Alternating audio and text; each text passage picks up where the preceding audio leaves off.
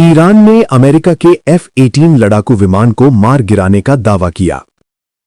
Iran की Islamic revolutionary guard corps ने बड़ा दावा किया है कि उन्होंने अमेरिकी F-18 फाइटर जेट को चाबहार पोर्ट के पास मार गिराया। विमान भारतीय महासागर में गिरा। ईरान के अनुसार ये उनका एडवांस्ड हथियार था।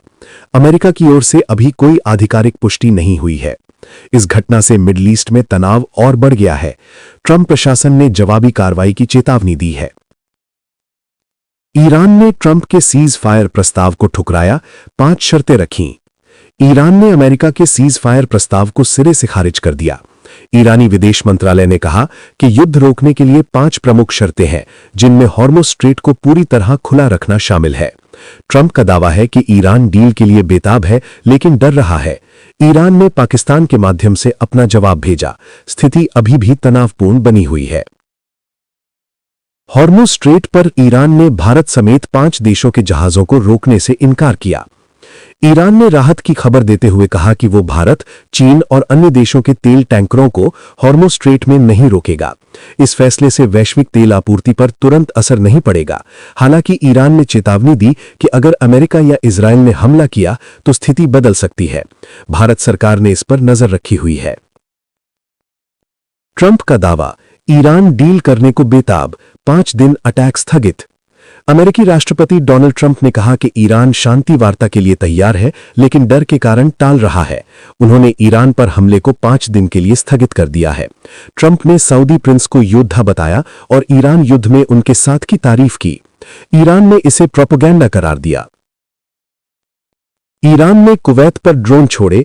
IRGC ने ट्रंप को सीधी चुनौती देते हुए कहा कि अमेरिका अगर आगे बढ़ा तो भारी नुकसान होगा। इस हमले से क्षेत्रीय तनाव बढ़ा। कुवैत ने सुरक्षा बढ़ा दी है। अमेरिका ने जवाबी कार्रवाई की तैयारी शुरू कर दी है। वैश्विक बाजारों में तेल की कीमतें फिर चढ़ गईं। पाकिस्तान मध्यस्थता के लिए तैयार। जयशंकर बोले, हम दलाल देश नहीं। पाकिस्तान ने ईरान अमेरिका युद्ध में मध्यस्थता की पेशकश की। विदेश मंत्री एस जयशंकर ने साफ कहा कि भारत किसी भी देश का दलाल नहीं बनेगा। भारत अपनी स्वतंत्र नीति पर अडिग है। पीएम मोदी ने सर्वदलीय बैठक में पश्चिम एशिया संकट पर चर्चा की। भारत ने सभी पक्षों से शांति की अपील की। ईरान का हॉर्मुज़ पर एटेक आतंकवाद का आरोप।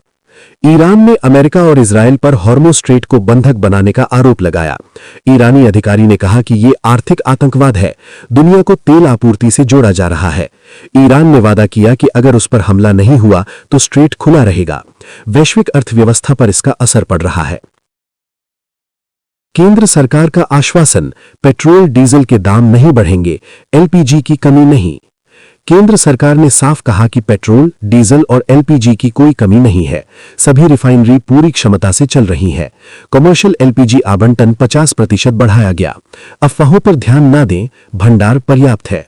लेटेस्ट अपडेट्स के लिए सब्सक्राइब बटन दबा देना। मिलते हैं जल्दी, तब तक के लिए टेक केयर।